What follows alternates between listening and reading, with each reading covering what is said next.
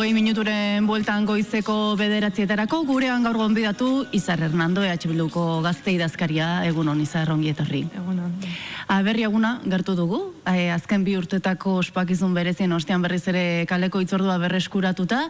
Nola esango zenuke iristen dela Euskal Jendartea aurtengo berri egunera, zein irakurketa egiten du EH Bilduko horren inguruan? Bueno, zuk esan dezunetik hasita pixkat gogoratzea, oraindik hemen dauzkagun azken 2 urte hauek, ez?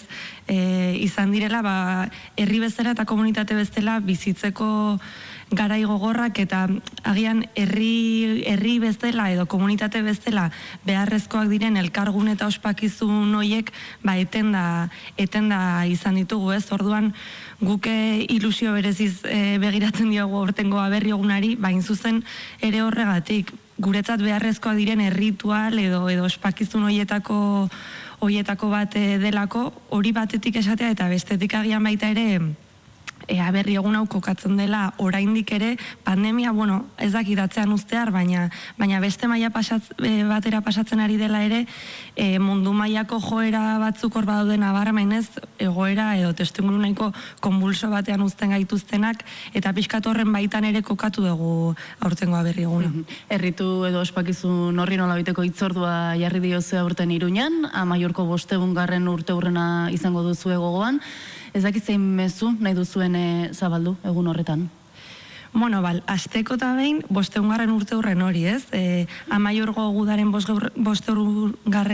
urteurrena, baina guk efemeride hau baliatu nahi genuen hain zuzen ere aurrera egiteko, ez? Eta aldarrikapen hori aurrera begira egiteko guk berri eguna nahiko genuke izatea ezkerreko soberanista, abertzale eta euskaldun guztiak elkartzeko une bat, Euskal Herriko hiriburu historikoa den Iruña hartzeko une bat, eta aldarrikatzea hain zuzen ere 500 urteren ondoren ere hemen gaudela, ez? Euskaldun eta abertzale oztopo guztien gainetik, oztopoak izaten jarraitzen dugu honetan, baina hori aurrera begirakoa eta Euskal Herriaren eta askatasunaren proiektu horrek jarraitzen duela gaurkotasuna izaten, eta hain zuzen hori aldarrikatuko dugu burujabetza, bakea eta demokrazia Euskal Herriarentzat.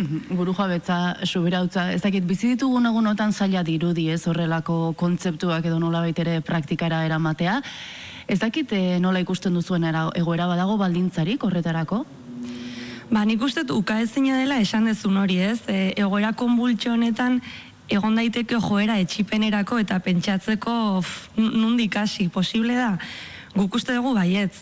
Hain zuzen ere gainera herri honek erakutsi duelako lehenago ere eta egoera oso gogorretan autoantolatzen eta herri hau eraikitzeko gaitasun hori, eta uste dugu oraingoan ere badaudela aukerak eta gainera badaudela adibideak. Guk zentzu horretan balioan jarri nahiko genuken markoa da, herritarrontzat agian gertuko nahi izan daiteken marko hori, udalgintzaren markoa, eta badaude adibide batzuk, Azpeitian, Garesen, herria energetikoki buru aski bilakatzeko proiektuak, Urduñan elikadura buru jabetzanazko bestelako proiektuak, eta ez naiz luzatuko zeren badira, ez? Orduan gure zentzu horretan mezua positiboa da, aldarrikatu behar da baita ere, bide hori egingo baldin badugu izango dela herritarron aktibazioaren bidez, baina baita ere gertuen ditugun marko horiek ere baliatuta. Gogoratuko duguen justu datozen urtetarako egitasmo politikoa edo aurkeztu duela EH Bilduk, Euskal Eredua indartzeko garaia dela esan du,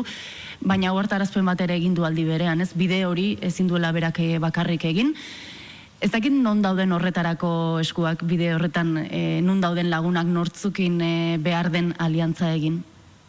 Galdera hori erantzuna da oso zaila eta oso erreixa. Nik esango nuke eskua duela toki guztietan, ez? Eta guk aliantzak bilatu nahi ditugu presauden sektore guztiekin.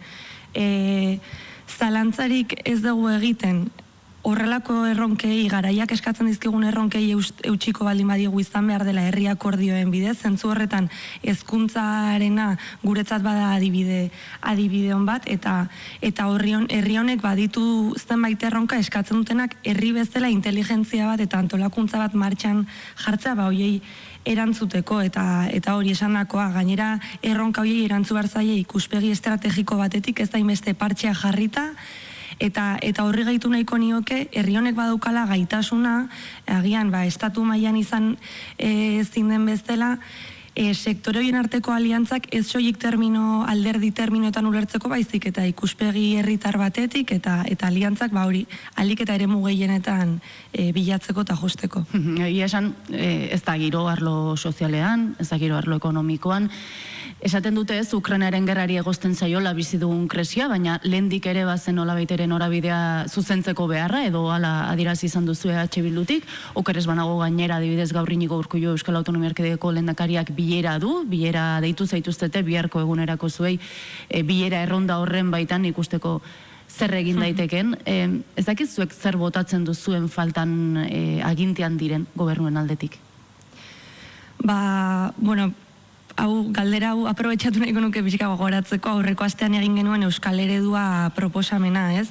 Guk esaten duguna da, garai bereziak eta garai zaiak bizi ditugu, eta herri honek munduak oroar, baina herri honek behar ditu herri akordioak aurrean ditugun erronka eta korapilo potoloiei aurre egiteko, ez? Krisi klimatikoa eta krisi energetikoa, iraultza teknologikoak ekarri dituen aldaketak herri bezala eta kulturalki, krisi sozio-demografikoa ekarriko duen, herri bezala ekarriko duen zahartzea eta zaintzaren korapilo guztia, uholde migratorioak eta barrez.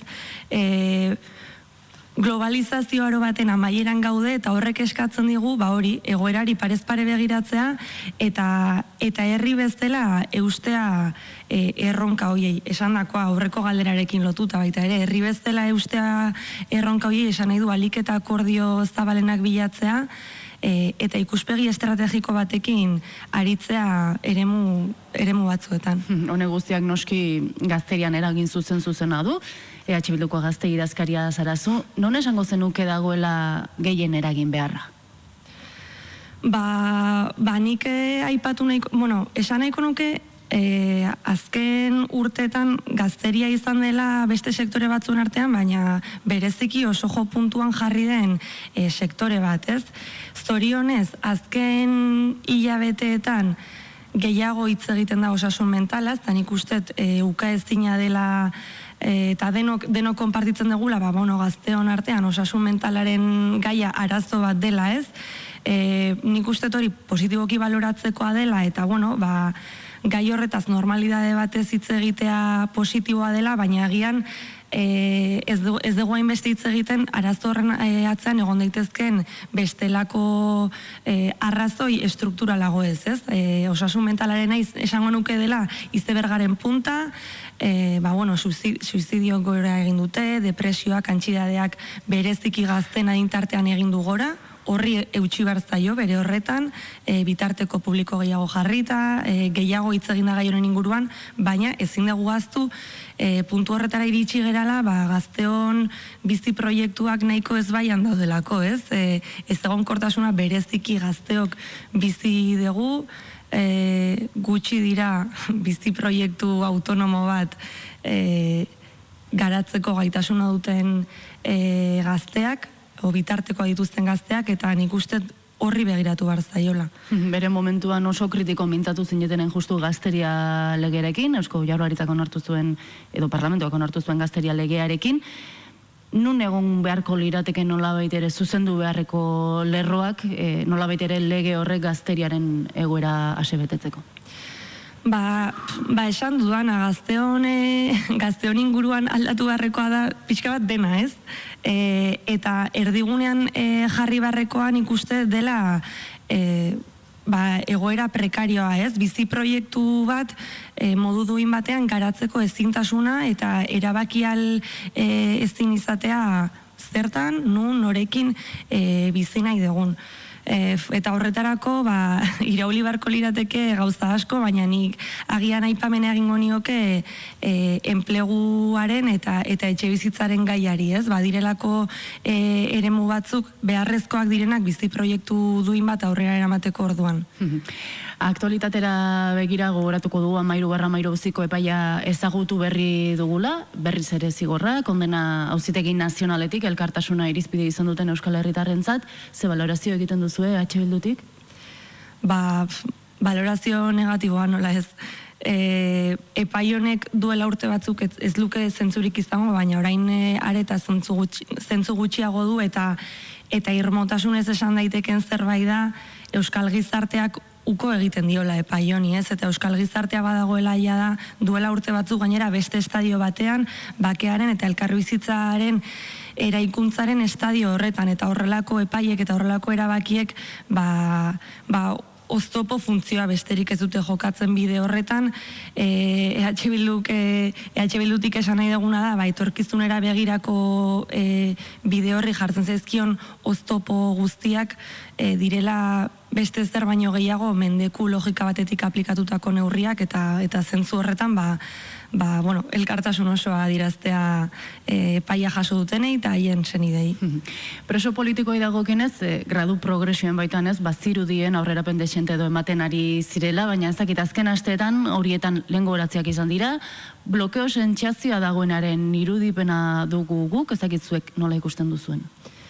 Bueno, guk esango genukena da, lehenik eta behin agian kokatu behar dela hau perspektiba gehiagorekin edo urrunagoko begirada batekin, eta guk balioan jartzen dugula azken hilabeteetan emandako bide hori guztia, ez? Baina zuk aipatutako azken asteetako aldaketa hoiekin edo guk exigitzen duguna oso oinarrizkoa da, eta da indarrean dagoen legedia errespetatzea, guk gobernuari hori eskatzen diogu, legedia errespetatzeko, eta beraz salbuespen legediarekin amaitu behar dela. Hain justu, Euskal Autonomia Erkidegoko espetxe eskualdaketak 5 bat hilabete bete ditu, ez dakit zein balorazio balantze egiten duzuen horren inguruan? Bueno, ez gera oraindik ausartzen balorazio bat egitera 5 hilabete oso gutxi delako, eta agian honek ez duelako eman ibilbide bat egiteko. Espetxe politika oraindik ere estatuak markatzen du, egia da eskumenak jaurlaritzak hartu dituela esparru horretan, eta gure iritzia zentzu horretan bada, euskal preso politikoei dagokienean beraiei ezartzen zaizkien neurriak saiatu behar garela aplikatzen ikuspegi humanoago batetik, bergizarteratzearen ikuspegitik, gainontzeko preso guztiei ere aplikatu beharko litzaieken bezala, ez? Beraz guk espetxe politika humanoago bat aldarrikatzen dugu, eskumenak hemen izateak ziur ekarpena izango dela norabide horretan, baina oraindik goizegi da guk balorazio bat egin ahal izateko. Agurtu aurretik eta kontu gozoagoekin amaitzeko, esatera ninduan hemen Bizkarraldean dugun pantalla handian ikusten dugula korrikaren zuzenekoa, gaurkoan gora bera dezenterekin nabilkigu, pentsatzen dugu estaldura kontuak ere izango direla, Pirinio inguruan nabilkigulako goiz honetan, Itzaltzu ingurura iritsiko zen, 9 gutxietarako iristekoak ziren, korrika hitzekin leloa aurten, ez dakit, hitzetatik ekintzetara pasatzeko garaia alda Euskararen eremuan? Bai, zalantzari gabe, gainera hor, batzutan ahaztu egiten zaigu Euskara oraindik ez dela bizi egoera goxo batean, ez? Eta azken hilabetetan ere nork esango luke oraindik 2022 urtean Euskara eraso gogorra jasotzen ari dela, eta zentzu horretan ekintzetara pasatzeko unea da. Gainera lehenago ere aipatu dut, baina badago herri bat horretarako, badago herri bat ekintzetara pasatzeko, eta ikusi besterik ez dago azken asteburuko irudiak zein diren, ez? Baina horrek eskatzen du arlo politikoan ere, herri honek merezi dituen akordioak eta determinazioz euskararen gaiari ere heltzea. Gaurko batik hemen Izar Hernando EH Bilduko gazte idazkaria, eskerrik asko gurekin egoteagatik. Eskerrik asko zui. Urren arte.